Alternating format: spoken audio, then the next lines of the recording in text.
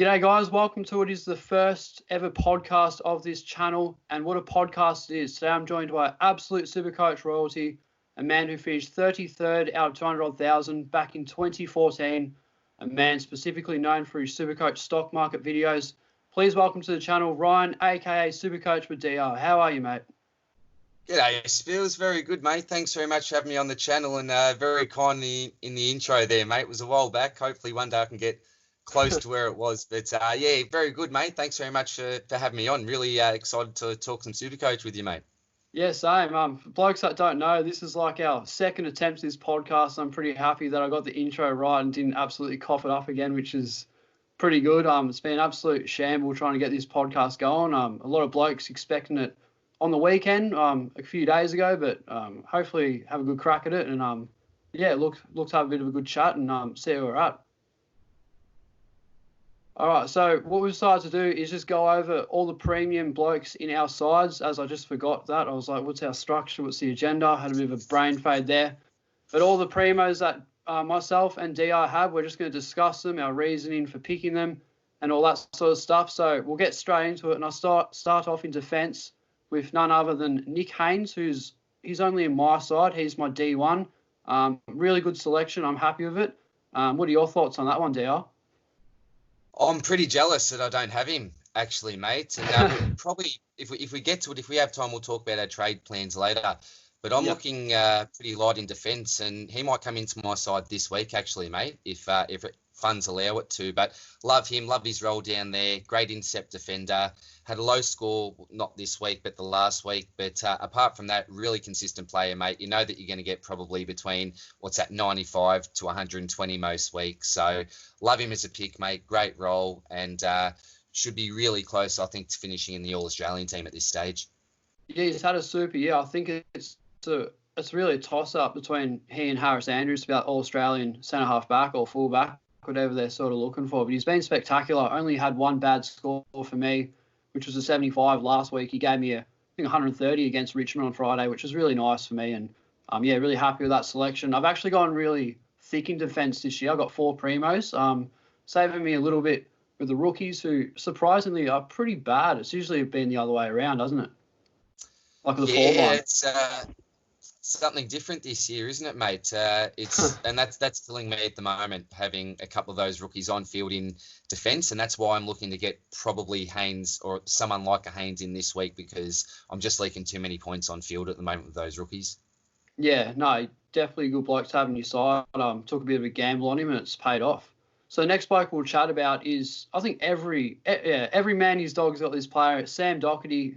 I mean, this guy's an absolute superstar, but his last few weeks have been pretty ordinary, let's be honest. Oh, look, they have, mate. It's interesting. The first 4 rounds, he was averaging 26 disposals. And then the last 4 rounds, that's down to about 16. So that's 10 disposals, on average, he's dropped off in the last month. I suppose we've got to ask ourselves why that is. The best guess that I've got is that because he was dominating early on the season, opposition teams are aware of this now, and they plan to try to shut him down. He's not getting that easy ball. They know, opposition teams know what he does when he gets the ball, really damaging, elite disposal on him. So I just think that they're clamping down a bit more on him now, and he's finding it harder to get those easy points. Yeah, I don't think it's a big worry just because of his ownership and his ceiling, but yeah, I don't know what's going on with him at the moment. He's been a really frustrating selection, as too as Paddy Cripps in that side, which is really sort of hard to think about, considering that Carlton are not really playing the worst footy. Like, it's hard to think about where their good players are coming from if they're 2 big guns that are underperforming, the 2 captains. You just wouldn't believe it, would you, if, the fact that Carlton are been playing good footy, and the fact that Cripps and Doc are being well below their best, it's a big surprise, isn't it? But I suppose that shows that they're starting to get depth around those players now, which is great for Carlton supporters. Yeah, hopefully he can pick up his game next week. But yeah, it's been pretty ordinary his last few weeks. But yeah, speaking of blokes who have sort of been ordinary, this one really frustrating selection this year is James Sicily. Now, this bloke's dished up a couple of 40s and 60s, but on the side, he's been performing with 140 pluses. I think he scored 160 on the weekend. against Sydney. So, and 144 last week. I just don't get it. This bloke, he's the biggest roller coaster you'll ever ride in Supercoach at the moment. Well, he's actually the number one interceptor in the AFL at the moment. So in his past few weeks, he's gone to show that when he's on, he is really on, and his ceiling is huge at the moment. But as you said, it is a bit of a roller coaster ride because he does give you those 40s as well. It's different to someone like a Haynes that we mentioned before. Haynes won't really give you those 40s type scores, but I suppose he'll really go towards that big 160, although we've seen Haynes give some really nice scores this year. So I think that's the difference, that he's a roller coaster and just not as consistent as we'd probably like. But look, you can't deny his form over the last few weeks. I think he's probably the in-form defender in the comp during the last couple, and fingers crossed as owners he can continue that, mate, and we won't see too many other 40s during the year. Yeah, I'm not sure how long he can keep this scoring up for, because it's only a matter of time before he provides us with a putrid 40, but so far so good. Not really complaining a whole lot. Just because of his form, I think he had like 14 marks a couple of weeks ago. He's been getting, 10 to 15 marks. Just unbelievable. Nearly like record-breaking stuff in terms of marking depth. He would be leading the comp for sure if you just set marks. Like if it's not Ridley or Haynes or something like that, it'd be one of the three. And that's sort of, bringing me to my next player, Jordan Ridley. I'm a really big Essence supporter, and I really love this bloke. I've got the I went and bought myself an Anzac Day Guernsey for 2020, and I'm pretty bloody close to sticking that number 14 on the back of it. I mean, this bloke's unbelievable. Very good, mate. Well, it's I know that I've heard some of the Essendon players actually rate him really, really highly, and I've heard that they said that he's most likely winning the BNF at the moment down there at Essendon. So, look, I didn't expect it pre-season. He's someone I had a bit of a look at, but in the end, I thought, look, I'll go someone like a Robertson type, unfortunately. But for those people that started with him, geez, what a great selection. And look, most people, I think, got him around that sort of 300 to 400, mid 400 mark. Even though he's past, the 500s now, if you're still looking to get a defender in, I don't think there's anything wrong with still selecting him at this price. You're obviously not getting the bargain that you would have got a month or two ago. But if you're looking for a consistent defender, then I think Ridley's still a man that you look really, really close at if you haven't got him. Yeah, definitely a great option. He's unbelievable, having a breakout season in terms of that. He's spectacular. Had 94% efficiency yesterday against the Crows, which it's just unbelievable. 18 disposals, more kicks and handballs. Yeah, I thought he was better than, I think he scored 110 or something like that, which is absolute bullshit. Should have scored 140, but no, you take that score every day of the week because he's just unbelievable. I'm really happy with the selection. It's the great recipe for Supercoach, isn't it? You got that elite disposal, an interceptor. He sets up their attack from defence. It all points to good signs for Supercoach scoring, and I really love that role. And I think, if I look at my defence or players I've sort of targeted, they're those intercepting type of players because I think that's where the points are this year. So he's got a lot going for him. Ridley as a pick, I think, this year. Yeah. Do you know how many points a player gets each time they get an intercept mark? Like, do you know what their score, like how much it is? Well, I think there's a few factors, mate, because I think firstly, is it a contested intercept mark? Yeah. I think that's a big thing as well. And I think it's also, moments during the game. Is it a real clutch time in the game as well? If we're talking about the last sort of 10 to 15 seconds in a quarter, someone's bombed it long, you've taken a contested intercept mark, then I'm assuming those points will be a little bit higher than maybe a mid-stage in the game where it's not, a really crucial moment in that game, I'd say. But to be quite honest, mate, I don't know the exact formula. It might be out there, but I think there's a few different factors that come into play, and I don't think there's a really simple answer for that one, mate. Yeah, I'm not sure about intercept marks. I know tackle count's really high. I think it's like 8 or 9 points per tackle, which is just ridiculous. And I think goals are roughly the same as well. So, yeah, I'm pretty sure intercept marking should be pretty high considering blokes like Sicily and Ridley are benefiting really well from them, making them really good Supercoach players. But, we'll get on to the next player. And this might come as a bit of a heartbreak for you because this is your man. I don't have him on my side, and I'm very fortunate for that. But we're going to talk about one Tommy Duday. What can you tell us about this pick? I know his ceiling was unbelievable, but just always been riddled with injuries, and I was staying far away from him and, super stiff on the weekend. Really unfortunate. As you said before, Spills, we actually tried to record this, what was it, on the Friday night? Yeah, I Friday think it night was. before the Richmond GWS game. Yeah, we Yeah, struggled with and, it. and when you had your little say about Duday, one thing that you mentioned is that, it's been going really well, but there's always that risk, that injury risk. And of course, on Yeah, the week, just a couple of it days just after that, happened saw to it that happen, week, mate. didn't it? So, yeah, you're on the ball with that one, mate. But I suppose it was a risk that I was willing to take at the time with the price that I'd got him for.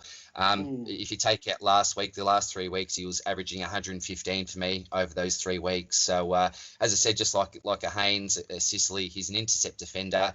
And what kills me was that I think he was really growing into that role as being that short-term captain as well. While Sloan was out of the side, he was really relishing that extra responsibility. And just super unlucky, mate. And for me, that's really going to hurt my rank because he's a pod at the moment. And when you've got an underperforming pod, I wouldn't call him necessarily an underperforming pod. He got injured early on, so obviously got a really low score. That really hurts in the rankings. But look, before last week, terrific selection. And I'm not too sure how long he's going to be out for. So I'll have to reassess, I suppose, once I know for sure how long he's going to be out for. But disappointed, mate. Shattered. Yeah, hopefully not too long. Another thing with Duday, he's not only really injury prone, but he's a bit. Is that saying, like, is it courageous or is it just stupid? Like, so many times he just went back with the flight, which is unbelievable. Like, you can't take anything away from that. He's a massive future leader for Adelaide, but it's just another risk of him getting injured. He nearly got cleaned up early as in the game, just going back with the flight, courage. But yeah, I just couldn't believe it when he went down. I was spewing for you because the way he's going, he's a top 6 defender. But at least you've made your money off him, which is good, and now you can maybe get in Haynes or something like that, or we'll see how we good go. point. Yeah, So at least it's not all bad. It hasn't been a complete disaster. Yeah, the money's been made because he was 297K. I'm pretty sure at the start of the year. So yeah, he's made his buck, and yeah, it should be all bad for you there. Yeah, and luckily he actually beat his break even by 1 on the weekend. So that's how well he's playing. That's how low his break even was, mate. So he didn't actually lose any cash over the weekend, which is really handy. And I think going into his next game, it will be about 103 his break even. So even that isn't out of the realms of possibilities. So certainly not all bad news there, mate. Could have been a lot worse. Yeah, no, it could be all right. And that's probably just about the defenders. We're going to talk about the rookies, but just to shorten up the podcast a little bit, we're just going to talk about the primos and save the rookies for the round reviews. So we'll get straight into the midfield, and we'll talk about your man, massive Brisbane Lions supporter. What can you tell us about Lachie Neale? Because this guy's been unstoppable this year. Love the bloke, mate. Love the bloke. We were talking off air, and I said that I copped a bit of stick in the preseason for saying that I think this bloke can even get better. And the reason why I thought he could get better is he's the ultra professional. After training's finished, instead of going straight to the showers, he'll go over and, lots of game vision, whoever he's coming up against, the next week. And even old game vision, he goes over from, some of those blokes like your Lenny Hayes sort of blokes, from the early days. So just ultra consistent, ultra professional. He had a bit of a dodgy score with the De Boer tag, but I think even if you get an 87 against the De Boer tag, it's a pretty solid game. He handled that well. But, I think he did well. Saw what he did on the weekend, back to his 150 odds. So I can't see him slowing down anytime soon, mate. And I think that he's got a really good midfield around him. And he can't pay all the attention to Lachie Neale, because if you do, Zorko, Lyons, McCluggage, Berry, these sort of blokes are going to get off the chain. So I don't think it's as easy now to just lock down Lachie Neale, because lots of these young guns are really starting to flourish and give the opposition team some headaches as well, I think, mate. Yeah, we saw that last year when the Lions played Port Adelaide. I remember that massive controversy of Cam Sutcliffe going straight to Lachie Neale and giving him all sorts of hardship. He still played good, but then blokes like Jared Lyons, who just, he stood up and they played a really good brand of footy and smashed him in that, first quarter. So it's the footy like that, not just relying on one bloke, which I feel like that's a massive factor for a lot of sides. You see, Carlton with, Paddy Cripps, the doggies struggle when Bonampalli's a bit cold, and so yeah, it's sort of one of those things. I think that's what makes you guys a really good side. We've got so many good midfielders to step up, and blokes like Berry and McCluggage are just going to be superstars for your club. Yeah, really exciting, mate. Looking into the future for our boys. But I try not to be biased, but yeah, really, really excited and really do rate some of these young blokes that are coming through. Even guys like Zach Bailey, who probably this year isn't a super coach option, but I reckon the next sort of 1 to 2 years, keep your radar on blokes like Zach Bailey because he's really exciting, mate. There's a lot of names that are coming through that aren't those big names like your Berry and your McCluggage, but some real foot soldiers coming through and got a lot of young talent there, mate. Some blokes that are pretty unlucky not to be getting a game at the moment. Yeah, he's super underrated. I rate his game. But yeah, no, looks like you guys can have a good season. We'll get on to the next bloke. I don't have this guy. I had him on my forward line last year, and I said I'd never pick him again. But your boy, Paddy Dangerfield, he's had a pretty good year. He started off pretty slow, but really starting to pull his head in now. So that's got to be good for you, surely. Oh, luckily he's hitting his straps, mate. I think, his last month has been some really, really good football. I actually, really risky trade of mine after round one. I actually traded out Dunkley, which I instantly regretted as soon as I did it, basically, as soon as it was locked in. But look, he's come pretty good, Paddy, I think. Originally, I picked him because Geelong had that pretty nice draw at home, but he didn't seem to score that well at home. But as soon as they got away from Geelong, for some reason, his numbers went up and he started to hit a bit more form, mate. One, isn't it? I can't work it out. But, Huh. happy that he's finally hitting some form. I think he's using the ball a little bit better now, which is handy as well. And that's one thing this year in Supercoach is disposal efficiency. That has a huge impact on your score at the end of the day. If you can use the ball well, we've seen someone like a Jordan Ridley who we've talked about in the back line. If you can use the ball well, you should score pretty well. And good to see Paddy, boost up that efficiency, mate. Yeah, it does have a high impact in it. Like, we're not asking for 94%. That's just unbelievable. Only one bloke in the comp's ever going to do that. It's going to be Ridley. But, yeah, if Paddy Dangerfield could just clean his disposal. He seems to be struggling a bit in front of goal as well. But, the ceiling's so high, and I think he's definitely going to be a good pick. I don't think I'll pick him this year, but, yeah, good pod if you got him. All right, so next player is Jackson McRae. This frustrates me a lot because he just, the same as Dangerfield, started the year like Shies, and let's be honest, but he's picked up his form. He's delivered us 160 on the weekend, and I just can't believe what's he been doing. He's been hiding all this talent, played a few really good games in a row. Why was he giving me 80s and 90s at the start of the year? Just giving me all sorts of headaches. Paid up 668K for the bloke, and oh, jeez. He's a gun, but I could have spent so much money elsewhere. And it's just frustrating, but it's good to see him find form. Yeah, look, I was getting a bit worried, to be honest, mate. He just wasn't getting enough of the ball, I don't think. And then he got pushed out to the wing for a little while as well. His CBAs were down, which I think was hurting him a lot as well. I think I was a bit worried about the emergence of Baz this year.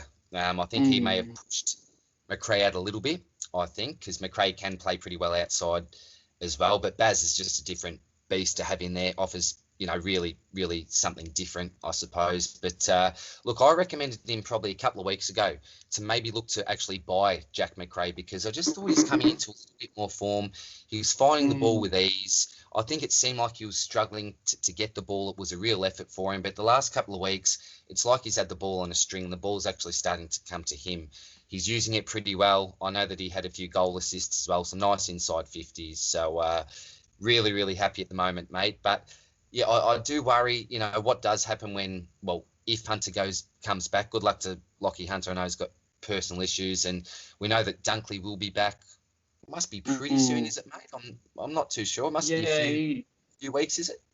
Yeah, I copped his shocking score about 3 or 4 weeks ago, maybe. Yeah, I think maybe the next couple of weeks, but maybe someone I'll be looking to get in my side. He'll go really cheap too. So Josh Dunkley, that's another story. But hopefully he can come in the side soon. But yeah, the Doggy's got that many mids to choose from. I mean, Tuke Miller didn't know who he was going to go to in that game. He was rattled and it was pretty funny to watch. The only problem we got at the moment, McRae is pretty good, but there's Bon and Pally as well. We'll get to very shortly. But it's good to see McRae playing some good footy, I think, and massive relief for a lot of Supercoach sides that paid up for him. So, next bloke on the list, I actually have to look at it. I can't even remember. Oh, yeah, here we go. This is my boy. Now, not many blokes know this, but I ripped into this guy. I tore him a new one in my last round review, and I gave him a little bit of smack in the podcast that we tried to do on Friday. But then about 20 minutes later, when the game started, I didn't really check my phone a lot. I was doing editing, but anyway, I'll get to it. The bloke was on 110 at halftime. One Josh Kelly, my pod. I think he's in about 6% of sides. Unbelievable. I can't believe I had him in my team and didn't trade him ages ago. But he's done such a good job. I think he finished off with about 196. So, yeah, I'm pretty happy with that pick. What do you reckon of that one, DR? Mate, you gave him a bit of a spray and didn't he respond in a big way? You know, you would have been pretty happy with a nice 100 score.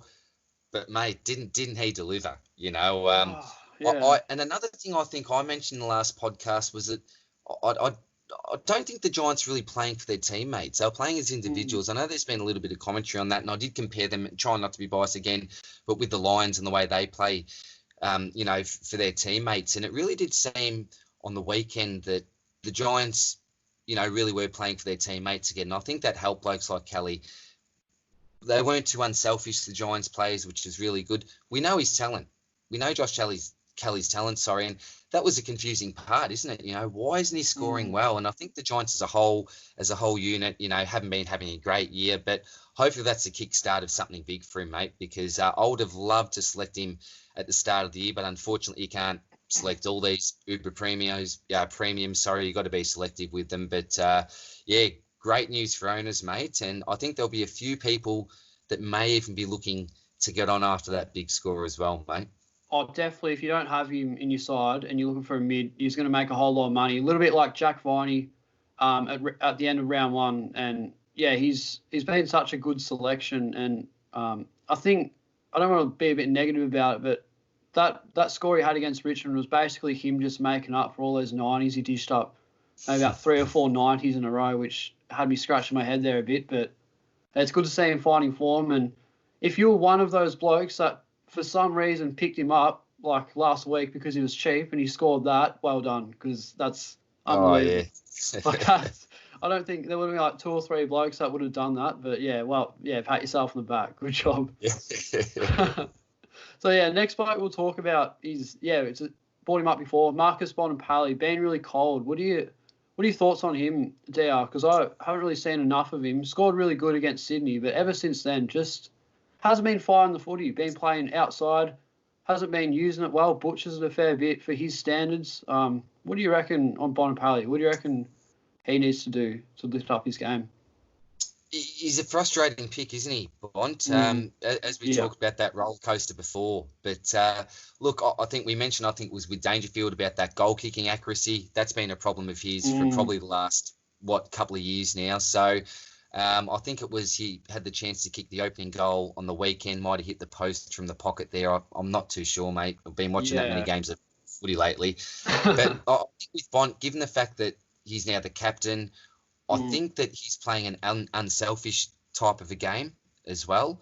I think, some players, when they get the captaincy, don't deal well with the pressure. I think he's shown that he is dealing pretty well with the pressure. But unfortunately, I don't think that's been great for his Supercoach scoring as well. I know that we talked about Miller.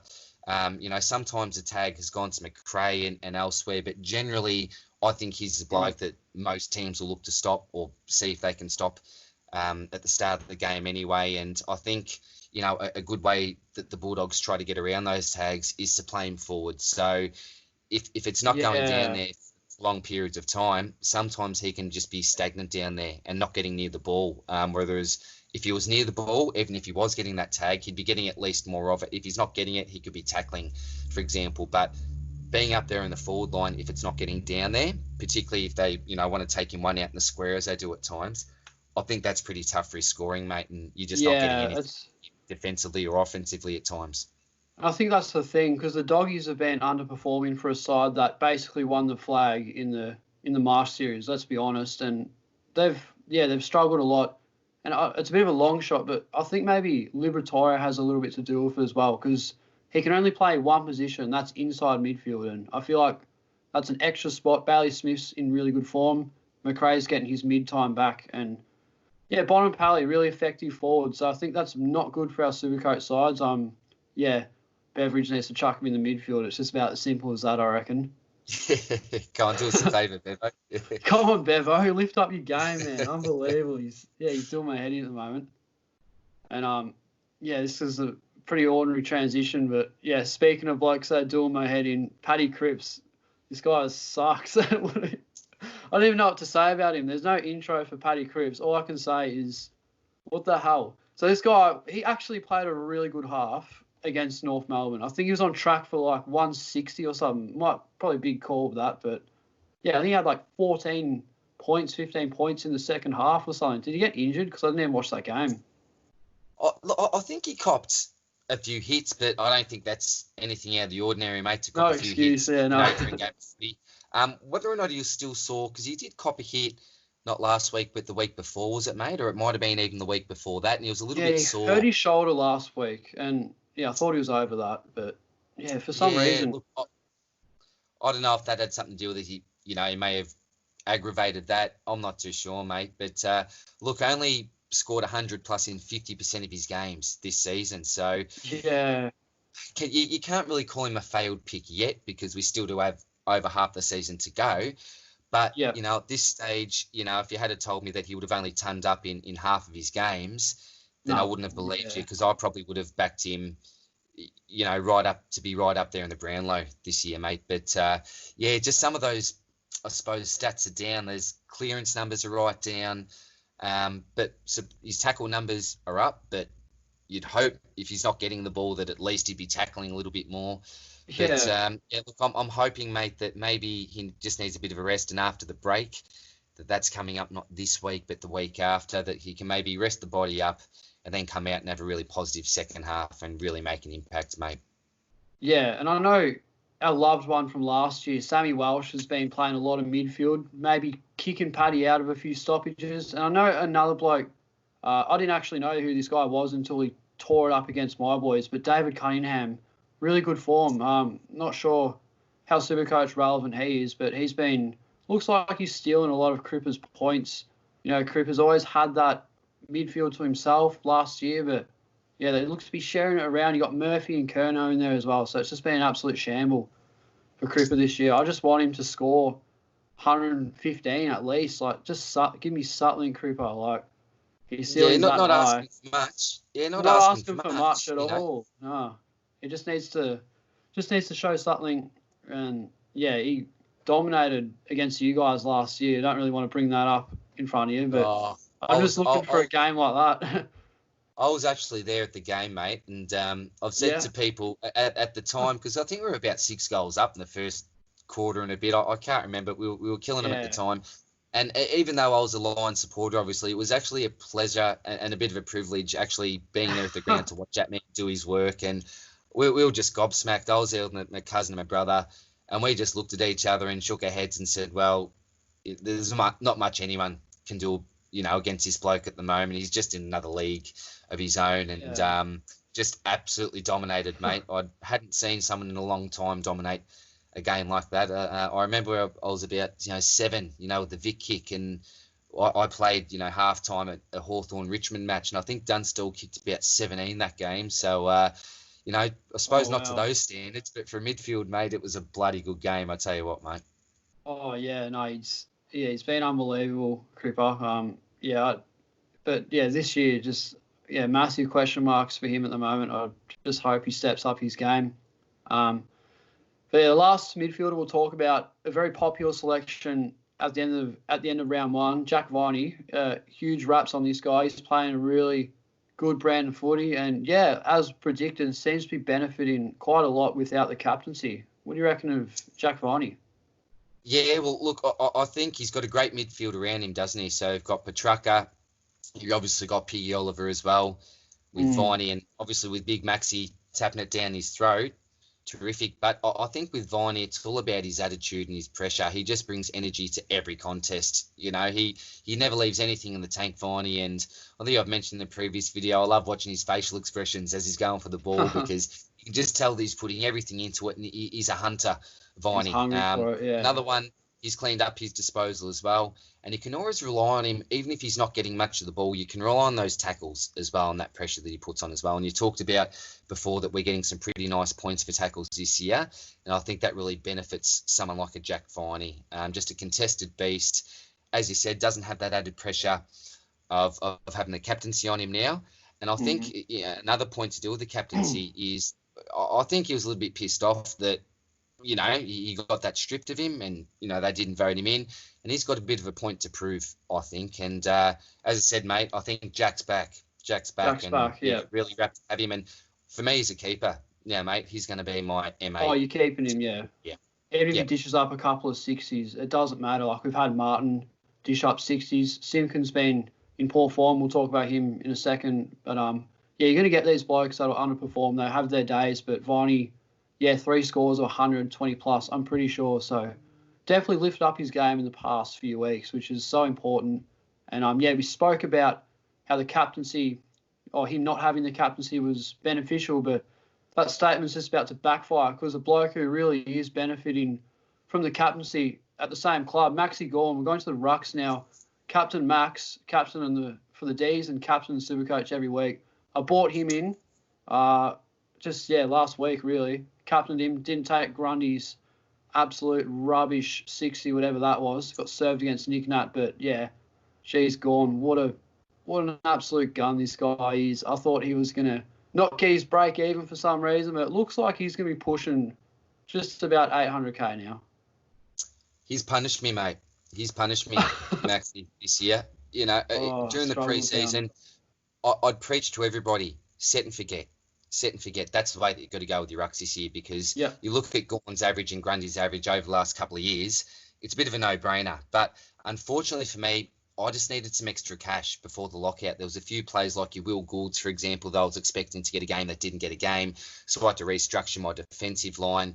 And so Max had to go, and I ended up bringing in Sam Naismith. And I know that there were lots of people that were crowing after the first week that didn't start Gorn and started with a Naismith. And they're going, well, 120, paid 250k for this guy and he's outscoring Max Gorn, who you paid 700 grand for. And I said at the time, don't count all your chickens yet because it's only 1 week. And Maxi could really, really hurt us. And that's what he's done, mate, But I think that there's not too many must-haves in the game. I think Max Gorn is a must-have because the gap between him and basically everybody else in the ruck, even a Grundy, who I really, really rate, he's a terrific ruckman, but you just don't see Maxi put in a 60. Do you? No, you just don't see, unless he's injured or has some sort of a trouble. And we don't see that from Grundy too much either, to be honest. And he's been a really solid selection for us as well, Grundy. But you don't see that from Maxi, mate. And you can pretty much lock in, as you said, a captain score each week. You can even experiment with your vice captain, I think, if you've got Max Gorn and go a little bit wild or a little bit out of the box, I think, with your vice captain, if you can have him as the captaincy option, mate. But he's elite. Great tap ruckman. You know what he does down the line. You just cannot bomb the ball down the line when Max Gorn's there because he'll gobble it up more times than not, mate. So huge fan of Gorn. I bought him in this week as well. Chucked the captaincy straight on him. And bloody hell, isn't it a good feeling, mate? It's to get rid of Pitney, mate, and see Gorn in Pitney. It's a bloody good feeling, mate. And makes the team look a lot better. Stupid done play. Bloody, as George described him, no more French people in our sides. That's one thing we can learn from that in his review. Yeah, we don't pick any Frenchmen. I don't like to be racist, but I think he's onto something there because that was pretty funny when he uploaded that review. I thought that, mate, that was one of the funniest things I'd heard in a while, that uni story about the tattoo. And that was a classic. I love him. He's a classic. Oh, he's a pisser, George. I hope he's watching this when the potty's on. But credit's due for George there. He makes things really funny. I love the review he did right on the pre-season talking about Josh Dunkley and had a bit of a stalk on his Instagram. His bloody love relationship with Baz. It's just hilarious. I actually tagged him in a post on Facebook on Saturday because I saw the the Carlton draft. See that beanie there? So it's like a Foster. So that's a guy who makes like AFL merchandise based on like drinking like alcohol. And I've got I've got him on Instagram. He's really good, and he made a sweater with it's like an old footy card of Baz. I'll actually put it up on the screen now so blokes can see it. So they're probably like, what the hell is he talking about? But I was like, yeah, George, get this hoodie because it's bloody, you wear it in your reviews, be funny as. And I'm not sure if he's going to do it or not, but that'd be an absolute pisser. That's great. I'll show you. Hey, Yeah, I'll show it to you later. The good thing with George is all the players that, he picks, they're bloody good selections as well, aren't they? So I think that shows, his knowledge on Supercoach on the game as well, with players like Dunkley and Baz that he likes. Look at the seasons. And you can't help injuries. Baz got injured, Dunkley's got injured, but you can't plan for that, mate. All you can do is stiff. select the best players, and other stuff's unfortunate, mate. Just happens. Yeah. So I'm pretty sure it's just about it with the rucks. Like, we're not going to talk about Grundy all that much because, every man his dog has him, let's be honest. We'll go into the forward line, and I think D1, it's Petrarca. I've got a nickname for Track, the big cement bag, man of concrete. What is this guy up to? Where's his footy been? He's tearing it up. He should win the Brownlow this year. No, he won't, but I'd like to see him. It'd be awesome. Look, mate, I don't think it's out of the realms of possibility, the way that he's playing, to win the Brownlow. But one of my good mates is a Sainers supporter, and it's killing him, mate, because the Sainers obviously took Paddy McCartan with pick number 1 and passed over Track. And, mate, he's still not over this, mate, particularly this year. It hurts him, mate. He's in pain watching him play. But, look, for me, mate, the major thing is obviously his time in midfield. Probably the knock on him was his tank and his endurance. He just, he's a big boy, I think he's over 90 kilos, isn't he? As you call him, the big cement bag. So, you can imagine to get around the ground being at that size, you'd have to work a lot on your tank. And so I think that he's a lot more toned now. That tank's built up. He's got the strength, and he just adds something to Melbourne's midfield that they haven't had in a long time, I don't think. He's so strong, isn't he? Then he can rest up forward. He's the ultimate midfielder to have, I think, mate. Really silky skills. As I said, strong in the contest, outside, inside, goes up forward. Too many contested possessions. Yeah. What more do you want from a player at this stage, mate? And look, it's taken him a while to get to this level. People thought it would happen, but maybe some people a little bit worried, thinking, well, you've had a fair few years in the system now, mate. It's time to deliver. But I think it's purely due to the fact that he's basically a full-time midfielder now, and now he rests in the forward line rather than being predominantly a forward line player that has small stints in the midfield. I think that's been the big difference, mate. Yeah, absolutely. And I said this in the podcast we did on Friday that didn't work, but he's, as soon as I saw him against Adelaide in the Marsh series, I made a review about 5 minutes after the match. I was so excited. I had that much adrenaline pumping through me because I just went, this bloke, I got sucked in about as bad as you possibly get. Basically, he hasn't moved from my side since that day. I'll tell you what, he's just absolutely exceeded expectations. Unbelievable pick. Happy with the Track. Oh, yeah, can't go wrong with the Track at the moment, mate. But I'll tell you what, he'd be getting bloody expensive, wouldn't he? I don't know what his price is at the moment, but you'd be paying still up for pretty him. reasonable. He's like 540, something like that. He's still like mid 500k. Like, definitely, if you don't have him for some bloody reason whatsoever, you don't have Track, get him in because you're missing out on the point. It's costing you. If that's the price that you're paying, then I'd be looking very, very closely at him if you don't have him, mate. Even pick him in the midfield bloody next year if he doesn't get forward status for some reason. Like, he's just one of those players. Like, I think he's definitely proved enough, and unbelievable.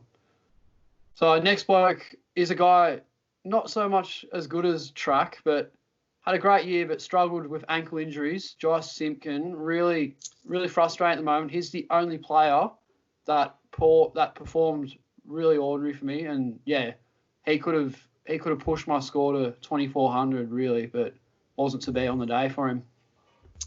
Yeah, unfortunately, mate, in the last couple of weeks, he's only averaged 13 disposals. But I was spewing because the week before, he's obviously injured, and a bloody good effort just to get back on the park, I think, mate. And at least he got a 57 odd. It wasn't like someone like a Baz who gets concussed really early on and gets you a single-digit sort of score. But I was bloody spewing, mate, last week because, he went into the game underdone. I didn't even think that he'd get up for the game, to be honest. I think lots of people even journalists reported that Simpkin's out. So I pretty much prepared for him to be out the side on the weekend. And I almost wish that he was, come to think of it, because Butterick or someone would have outscored him as it was. But you wouldn't believe it, after he comes in underdone, he bloody gets tagged. by Kerno. I couldn't believe it, mate. I thought, bloody leave him alone. Would you go to Higgins or someone else? He's injured, don't kick him while he's down. But it hurt, mate, because he's such a talented bloke, had a great year, but I probably don't think he should have been playing. Just from me, and look, I'm not a medical expert, obviously, but just looking at him, the way he was getting around, you could tell that he wasn't too comfortable. Given the fact you add that element of the tag, and Kerno I rate him as a tagger. I think he's a really good tagger, just not Jai's day, unfortunately, mate. So I'm just hoping he can really rest up, and I think when he's fully fit, he'll come back and shouldn't have too many worries about him, mate. Yeah, no, he's been a good pick. One of my teammates, when I was up in Queensland playing for Bond, actually said this to me over the off season. I went, "Who's a good pod to have in the forward line? I'm not really sure who to have with that F2, F3." And he goes, "Yeah, pick Jai Simpkin. He'll be really good this year." And I just laughed at him. I turned around like, "Yeah, right." Like this bloke, no He's way. on it, mate. Yeah, and bloody hell, he's been unbelievable. Got him in relatively cheap, but geez, imagine if we just started with the bloke. Unbelievable. And talking about the fact that those obvious F1 and F2s in Whitfield and Martin, Danger and Heaney from last year may not be the case next year. I think it's a point of difference not to pick any of them, just go for value. And you've done that really well with the next bloke, Andrew Brayshaw. I had him. I traded him out.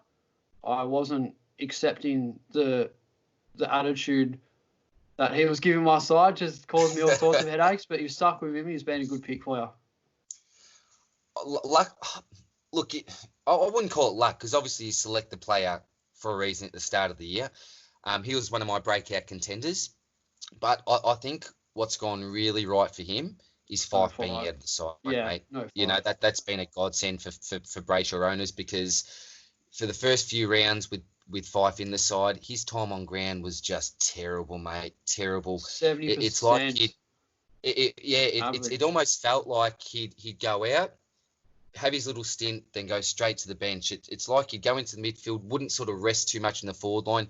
He'd just go straight to the bench, and that was so frustrating. So it got to the point, very similar to you, mate. I was ready to trade him out, but it was basically the week when Fife got injured that I was thinking, nah, I'm done with Brayshaw. Let's get out of Dodgeville while he hasn't gone down too much. But with the news of Fife out, I thought to myself, look, I'll give him one more week just to see how he goes with a bit more responsibility in the midfield. Hopefully more time on ground, fingers crossed. Yeah, hopefully. And he hasn't looked back, mate. Has he from there? He's just been outstanding. And, I say this a lot with players like the Vineys, but he really has improved his disposal efficiency. It's such a big factor with these things, mate. And, he's a clearance beast. He's a pretty strong sort of a kid as well. He's not afraid to put his head over the ball. Pretty courageous sort of a fella as well. And just getting a lot more of the ball. Yeah, he can take a punch. From a thug named Andrew Gaff, who never picked you in his Supercoach side. I don't care what sort of a pot he is. Rubbish. But no, look, mate, I think if you've hung on to Brayshaw, then you've really been rewarded, because, look, in your case, mate, I would not blame you whatsoever at the time to get rid of him. But, look, it will be interesting to see what happens when Fife comes back into the side. I've got the feeling that Fife may spend a little bit of extra time up forward even when he does come back. Because I think that Brayshaw has shown that he can take on that responsibility now, and blokes like Chera that run through there as well. I really rate him as a player, not necessarily a Supercoach option, but I think in the future he'll be a gun of a player, Chera. I really like him. But look, I think Brayshaw's that next in line, to that midfield mantle. Mundy, he's getting too old. You got Sonny Walters in there, who's elite, terrific sort of a player. But, there's nothing too exciting about Brayshaw. You wouldn't call him, quick, hasn't got too much X factor, but he's just solid, mate. He's really solid. You know what you get from him most weeks, over the last month anyway, and really happy with him, mate. I think, lucky that you held him. Like, I'm not so much lucky, but, like, it's a good idea. Like, I got rid of him, couldn't stand him, but I've got a bit of bit of cold feet on Brayshaw's. I'm not sure if you know this or not, but I actually started Angus last year. Is it Angus? Angus, Because he come third in the Brownlow in 2018. I went, I got a bit of a smoky here. I got him in like 2% of sides. And I was, nope. He played defence a lot, averaging, I think, about 55% disposal. Yeah, shit option. So I did that last Just year. yeah, and sorry, mate, just on him over the weekend, I know that the commentators were actually, they actually mentioned his low time on ground this year as well. So it's big fall from grace. I think it was a bit of a surprise.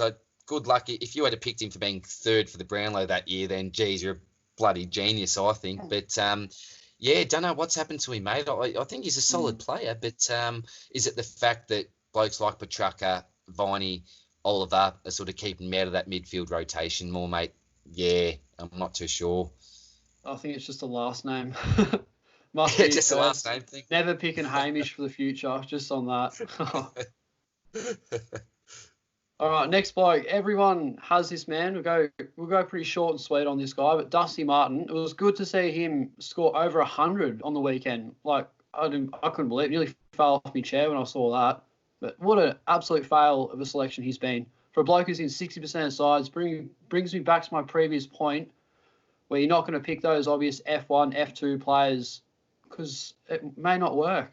Heaney and Danger, as I said last year, ruined that for us. And yeah, Whitfield and Martin haven't really been the players that we would have wanted them to be. I'm not sure what the goes with Dusty. What do you reckon we should do with him?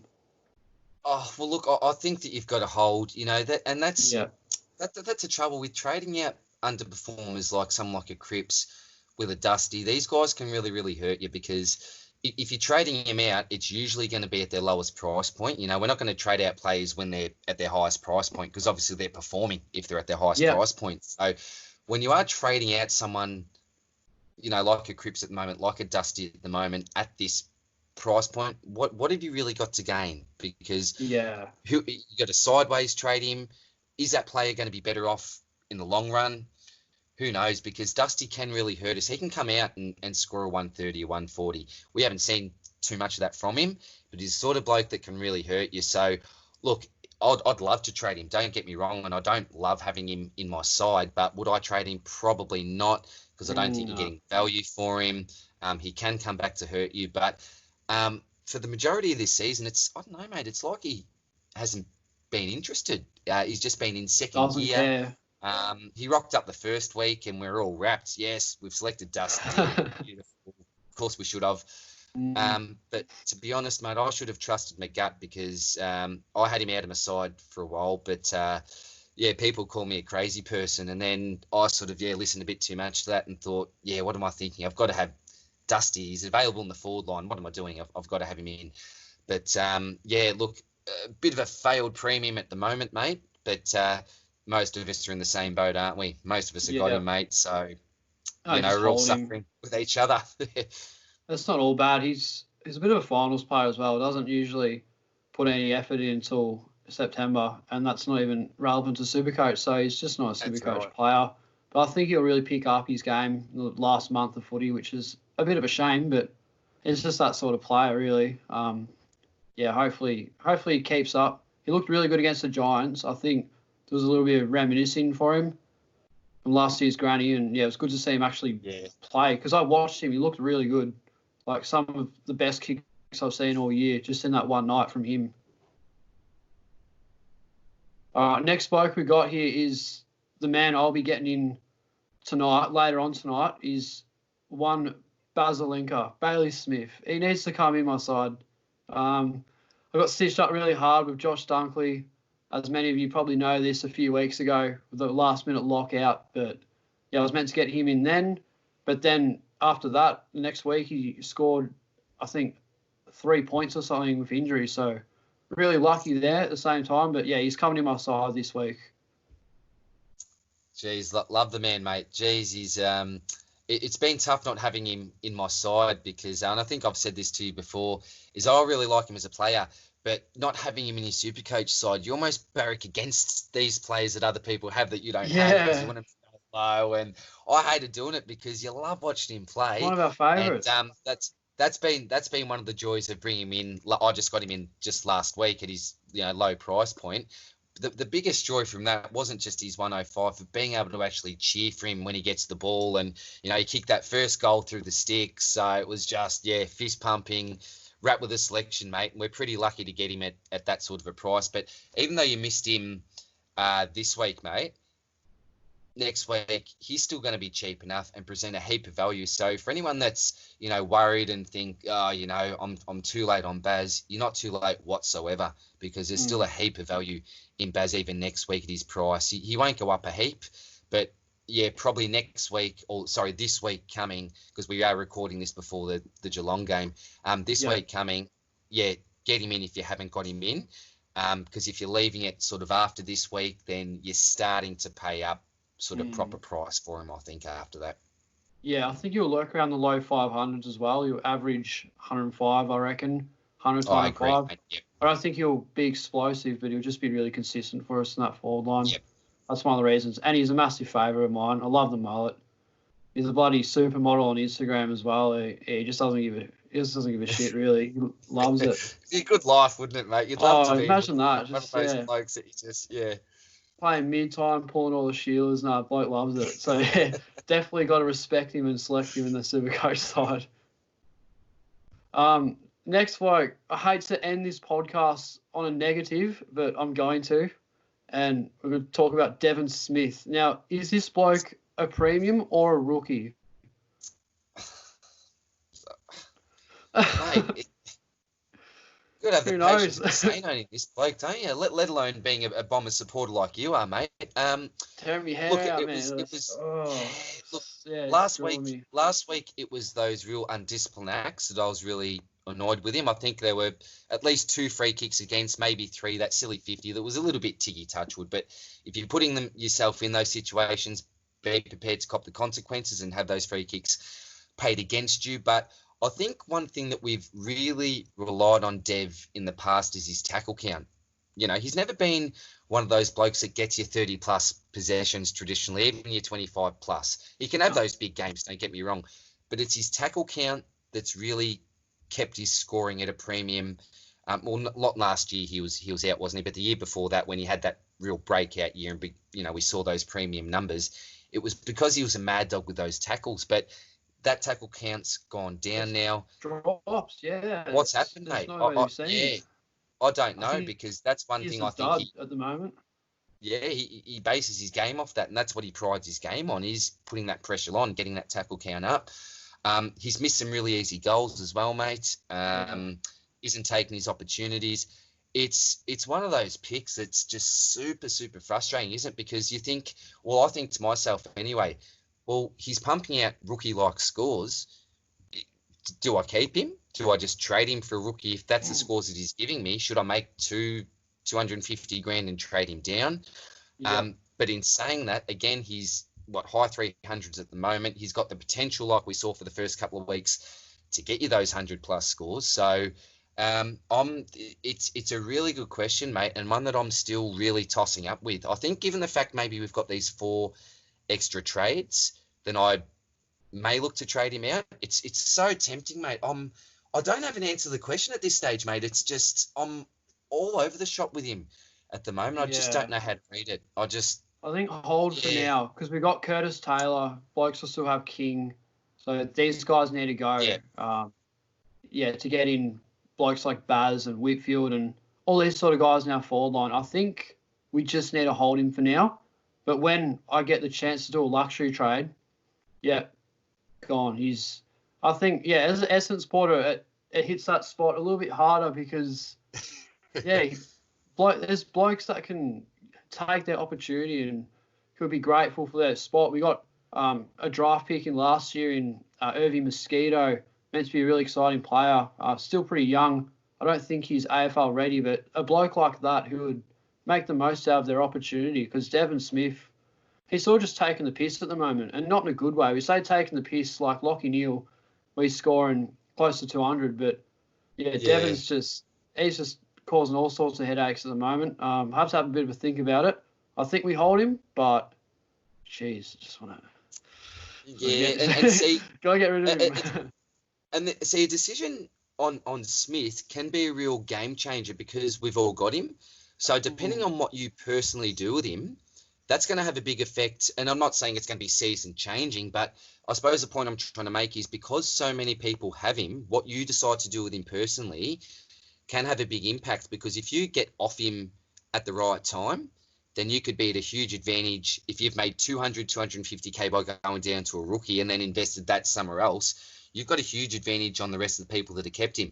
Vice versa, though, if you trade him out now and he decides to get back to those 105 scores and you've gone down to rookie, fair enough, you've made a little bit of money, but at the end of the day, if someone's scoring 105, you want him in your side if they're a mid forward. So that's why it's such a hard decision, mate, because he could bounce back, but based off the data that we've got and the form that we've seen over the last month, even more than that. Not happening anytime soon.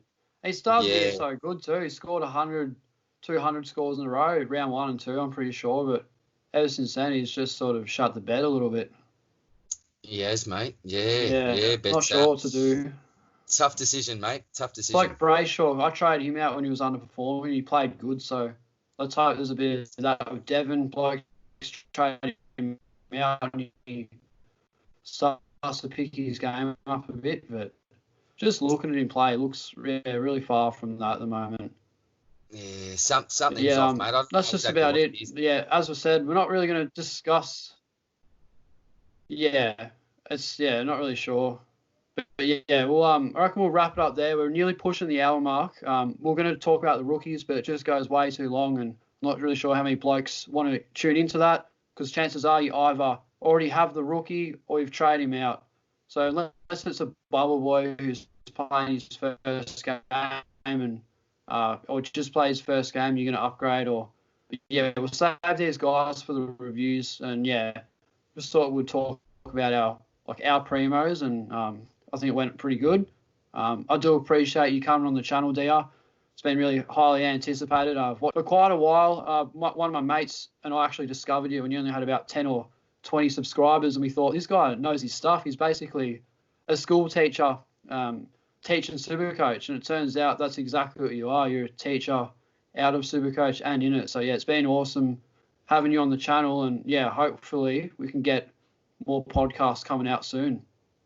No, thanks very much for having me, mate. It's been a pleasure being on, mate. And don't unrate yourself either, mate, because you got some really good content going, mate. I love your thoughts on Supercoach as well and the way you think about stuff, mate. So, mate, it's been an absolute ball, mate. As I said, both of us, mate, we could talk Supercoach till midnight tonight, mate, and be easy about it in our sleeps, mate. Easy. But you've got to keep these things short at times. So, mate, I really appreciate you having me on, mate, and really looking forward to the next one, mate. It's been terrific. Yeah, absolutely. Can't wait to get this video up and about, and should be good. And we'll talk to you very soon, no doubt about that. Good on you, Spills. Cheers, mate. Catch you, DR.